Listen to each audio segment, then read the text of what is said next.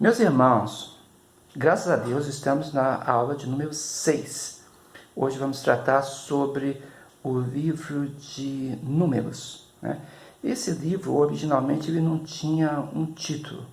E os tradutores da Septuaginta chamavam ele de Números, né? Em grego é aritmoi. Aritmoi quer dizer números, por causa da lista que eles encontravam nos censos, tanto no capítulo de 1 a 3 e depois lá no 26. Né? Então, entre os hebreus, ele é chamado, né, de Bemidbar, que quer dizer no deserto, né? Tomado das palavras do início do primeiro versículo, mais precisamente da quinta palavra no texto hebraico, né? Então, esse título harmoniza-se com o ambiente dos capítulos de 1 a 10, né? Descrevendo a peregrinação dos hebreus no deserto, e alguns também chamam de livro das peregrinações, ou livro das murmurações, que é um título negativo, né? Tradicionalmente faz parte do Pentateuco, né? O Números é o livro que é atribuído a Moisés, e Moisés é o personagem central. Os acontecimentos se deram durante a vida de Moisés e as leis foram entregues por meio de Moisés, né? Isso está em Números 33, 2. Tem outros textos também, como 1 Coríntios 10, né? Também fala, Hebreus 3. Né? Há indícios de que Moisés não deu a forma final desse livro, né? As referências a Moisés, a narrativa da terceira pessoa, em Números 12 e 15, e as inserções editoriais que foram colocadas esporadicamente, informam o público posterior, sugerindo que o livro adquiriu alguma forma depois do tempo da morte de Moisés, né? Mas isso não invalida a grande contribuição, né, e o escopo e toda a narrativa de Moisés como autor do livro, né, o autor primário desse livro. O tema e o propósito, né, a gente precisa falar porque, embora o termo Números proceda do recenseamento do povo, o livro ele trata com cerca de 40 anos de peregrinação pelo deserto. Uma jornada que poderia ter sido em 11 dias, né? Tornou-se uma agonia de mais de 38 anos, por causa da descrença, desobediência, derrocada do povo diante dos desafios espirituais, morais e dos desafios sociais que eles tinham para vencer, né? O livro mostra a consequência do descrer na promessa de Deus, né? Interessante que Hebreus 3:16 até o 4:2 falam sobre essa questão da descrença, e o livro ensina que, conquanto a vida tenha experiências de deserto, o povo de Deus não precisa permanecer nas condições ruins do deserto, né? Josué mostra isso com muita clareza, né? O tema, ele mostra que em todo o livro, o cuidado contínuo de Deus foi notório, né? E por vezes, muitas vezes, às vezes até não tem como contar isso, né? A despeito da rebelião, da descrença, o suprimento miraculoso, sobrenatural, interventivo de Deus se deu em favor do seu povo, né? Então, o provimento do maná, por exemplo, né, no meio do deserto, né, as codornizas também, né, que foram mandadas, né, tudo isso mostra o cuidado generoso e amoroso de Deus, né? As 4 palavras que definem todo o livro, o enredo do livro, seria peregrinação, provação, rebelião, punição, né? Então, a peregrinação, provação, rebelião está muito claro. E a punição, ela está acoplada junto com proteção, né?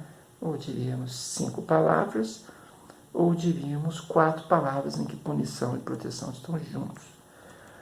O esboço desse livro pode ser dividido em 5 partes, né? A preparação para a viagem, do Sinai, do capítulo 1 até o capítulo 10, versículo 10, do Sinai até Cades Barneia, que aí seria do capítulo 10, 11, né, até o 11, 45, e de Cades Barneia até as planícies de Moabe, né, do 15, 1 até o 21, 35, e um quarto, o encontro com os moabitas e Balaão, né, que é aquela história do capítulo 22, do primeiro versículo até 25, 18. E por fim, a quinta parte seria os preparativos para a entrada em Canaã, que vai ser a partir do capítulo 26, do primeiro versículo, até o 36, 13. Então, um esboço que ajuda a visualizar os limites do livro e verificar a preparação para chegar ao Sinai depois da entrada em Canaã, né? Eu acho que isso é a parte mais importante. As três partes bem nítidas do livro de Números têm a ver com os lugares, né? Os lugares e os tempos que compõem a narrativa. Então, são 3 lugares com 3 tempos e propósito definido. O primeiro lugar, que pode ser bem estruturado na divisão e no entendimento de números, é o Sinai, né? As disposições para a partida, o recenseamento das tribos, as posições de cada um no acampamento, né? O serviço dos levitas, o censo levítico, a posição das tendas, a divisão por famílias, por ofícios, deveres dos filhos, por exemplo, dos coatitas, né? de Eleazar, de Gerson, Merari, né?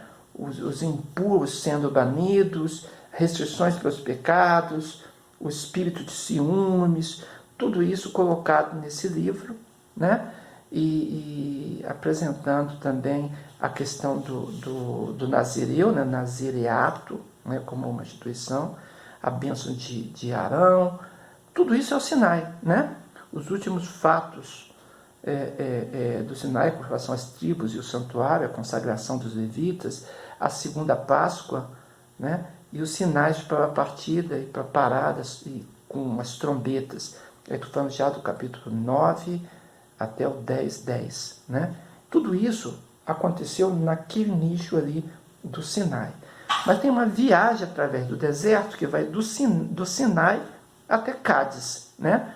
Então tem a partida, tem a ordem da marcha no capítulo 10, a partir do verso 11, a murmuração do povo, a questão do suprimento das codornizes, a lepra de Miriam, né, que é a irmã de Moisés, a parada em Cádiz, a missão dos 12, tudo isso, uma queixa do povo, repetição das leis, o capítulo terrível sobre a sedição de Coré, Datã e Abirão, e a punição e confirmação do sacerdócio e da família de Arão, né, que faz parte de tudo isso aí, capítulo 16, 17, e mais deveres dos sacerdotes, dos levitas, no capítulo 18, a sedição do povo por falta de água, no capítulo 20, e aí de Cádiz ao Jordão, né?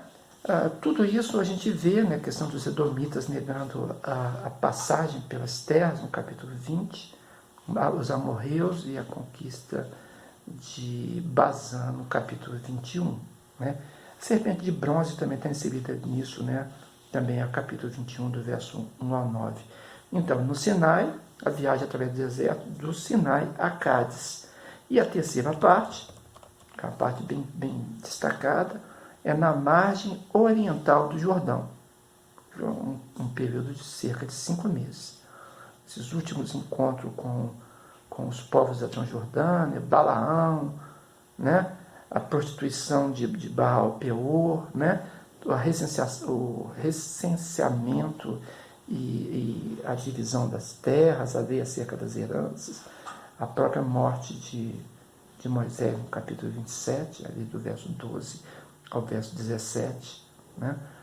A apresentação de Josué, que aí nós temos do capítulo 27, 18 em diante, e os holocaustos, ofertas, distribuição da Transjordânia e todas as etapas do Egito até Moabe, né, sendo narradas, né, com as normas para ocupação e distribuição da Cisjordânia, e isso eu já estou no capítulo 33, nessa parte aí, e a designação das cidades levíticas e cidades de refúgio, que está no capítulo 35. O capítulo 36 são as disposições para manter inalterada a distribuição que foi marcada. Então, essas seriam as 3 divisões principais, né? Egito, Sinai, Cádiz, planícies de Moabe, são os platôs que nós temos nessa peregrinação. O livro, irmãos, de Êxodo, Levítico e Números se divide em 3 ciclos, dos quais o segundo e o terceiro pertencem inteiramente ao livro de Números. Então, o material dos últimos ciclos não repete o que é encontrado no primeiro, não de maneira mecânica, né?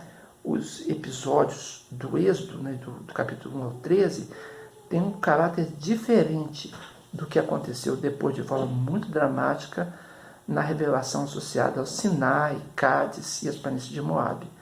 Então, as correspondências entre os ciclos, as 2 narrativas a respeito da água tirada da rocha, por exemplo, nós temos isso em Êxodo 17, de 1 a 7, e aí depois em Números 20, de 2 a 13, já haviam sido percebidas pelos comentaristas, mas a ordem do material em 3 ciclos facilita a compreensão para a gente ver o estilo literário utilizado em cada livro, né? O Deuteronômio, por exemplo, é baseado em 3 longos discursos de Moisés, né? Do capítulo 1 a 4, do 5 a 28, 29 a 30. Então, os discursos de Moisés dividem, né, o livro de Deuteronômios. Um paralelo ainda exato, a gente tem, por exemplo, o livro de Gênesis, né? Os 3 ciclos a respeito dos patriarcas, Abraão, Isaque e Jacó, introduzidos pela forma, são estas as gerações, e se diz, né? Terá, Isaque e Jacó. Então, a gente tem uma estrutura de literatura que pode nos guiar, né? E a gente percebe isso, né, no livro de Números também. Esses paralelos com Números sugerem que a elaboração do material em forma dessa tríade era um artifício literário, vou chamar de estilo daqueles escritos do Pentateuco, né? Não é uma distorção de fato, é um estilo utilizado para cada tipo de narrativa com os objetivos narrativos. Então é natural registrar na tríade e natural colocar de acordo com os objetivos. No nosso estudo de Atos, nós explicamos isso também. Mostramos no livro de Atos, eu não sei se você já teve acesso a esse trabalho, é quando eu apresento o Novo Testamento, né? Quando eu apresento a disciplina Novo Testamento 1, que a gente fala do período interbíblico, da cultura, das seitas judaicas, e a gente apresenta então o livro do Atos, do Atos dos Apóstolos, nós percebemos então que mesmo quando Lucas repete uma narrativa, por exemplo, da conversão de Paulo, ela tem um objetivo, omitindo ou acrescentando algum dado de acordo com o público. Interesse de judeu, interesse de romano, interesse por exemplo, do rei Agripa, que conhecia outras características do povo judeu na sua capacidade de julgar os fatos. Então, não existe divergência de narrativa. Existe propósito narrativo de acordo com o seu contexto. Bem, a estrutura literária do livro de Números mostra o preparativo para a ida até a Terra Prometida, a viagem rumo à Terra Prometida, e depois os novos preparativos para herdar a Terra Prometida, né? É claro, com o livro de Números tem os destaques do censo, né, que captou a atenção dos seus tradutores na versão Septuaginta, E esse censo do povo, então, possuía 3 funções. A função de apuração e recrutamento das pessoas próprias para a guerra, ou para a defesa do território, guerra, conquista, né? A distribuição de tarefas, né? Os grupos de trabalho, o grupo de culto religioso e os estabelecimentos de base para cobrança de impostos, é claro, né? Então é importante ter em mente que só eram contados os homens com idade e habilidade militar, né? Os capítulos 1 e 26 encontramos os censos, né? No capítulo 1, do verso 1 a 54, no Sinai, o censo dos homens de guerra. E em Números 26, em Moabe, o censo da nova geração, né?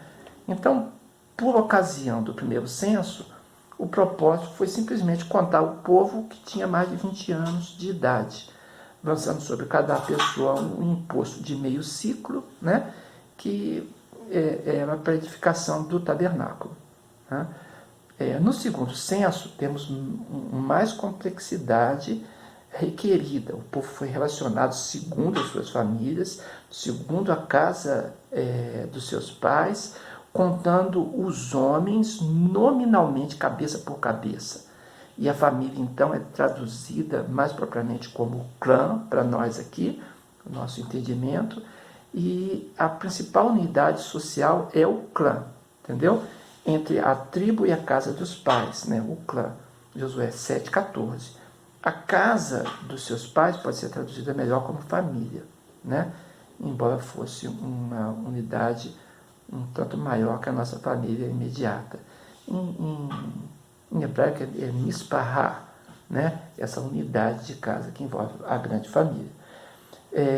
Em certos casos, os termos podem ser mais flexíveis, né?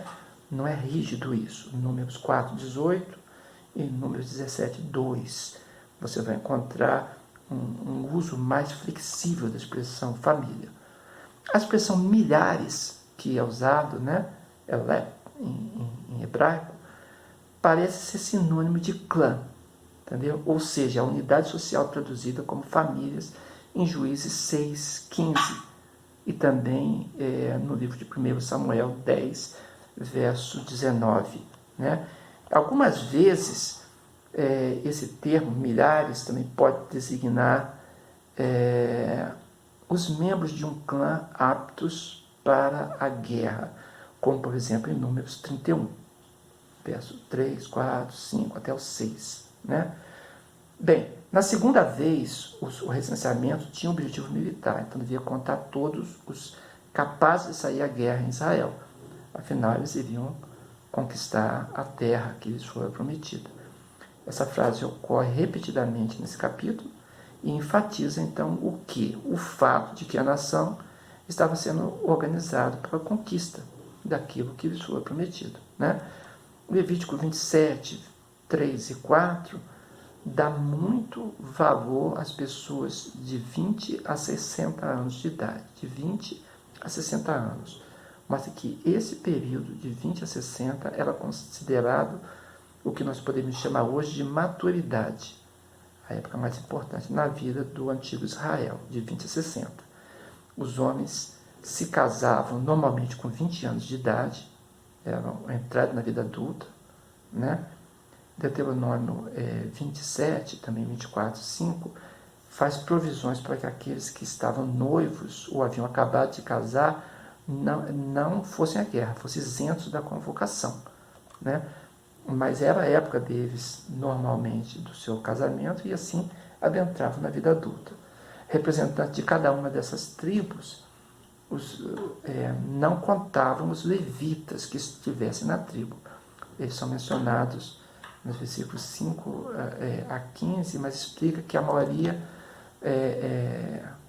dos nomes são nomes compostos que se usa com o nome de Deus. Né? Então, nós temos símbolos e tipos nesse livro. Né? Podemos falar, por exemplo, sobre a nuvem, que é muito interessante, uma ocorrência quando Israel deixa o Egito, né?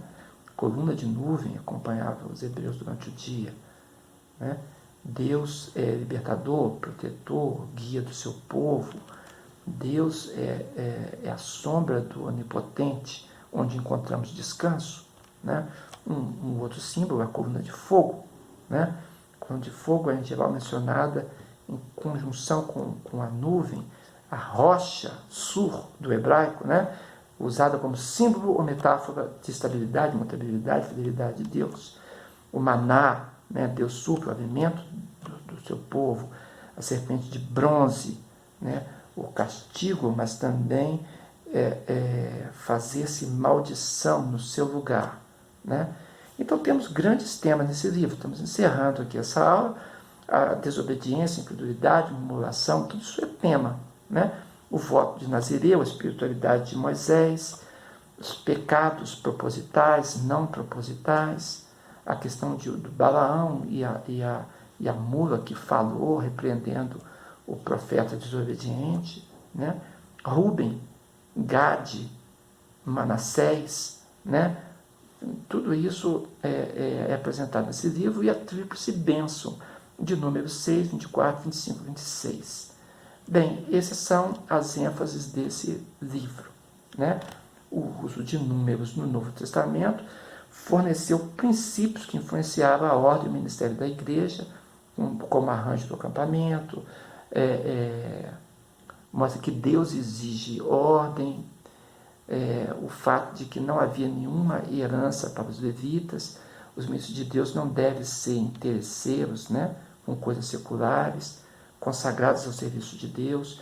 Isso a gente encontra no Novo Testamento, por exemplo, em 1 Coríntios 14, verso 33, 2 Timóteo 2, verso 4, questão dos dízimos também, né, e a questão do sustento financeiro, né, daqueles que são ministros do Evangelho, 1 Coríntios 9, de 3 a 14, Gálatas 6, 6, 1 Timóteo 5, 17, 18, né? Tudo isso está no Novo Testamento. E um paralelo estabelecido entre a viagem a Canaã com a peregrinação cristã, em 1 Coríntios 10, 2 Coríntios 5 e Hebreus 3. Hebreus 3, 1 até 4, 13, né? O Novo Testamento tem muitas imagens tiradas de número, como a serpente no deserto, o chamado das trombetas, sacrifício de cordeiros, né? E mais as festas também. Tudo isso fornece moldura para aquilo que nós vamos encontrar com os acontecimentos da salvação. Páscoa, semanas, tabernáculos, tudo correspondem à Páscoa e Pentecostes, a vinda de Cristo, prefigurando a festa do tabernáculo, a colheita do fim dos tempos, ou a ceifa. Bem, agradeço a você que participou dessa aula, que Deus abençoe. Eu sou o pastor Valdeir Contaifer e tenho a alegria de seguir com você no estudo Pentateuco. Deus o abençoe, em nome de Jesus. Amém.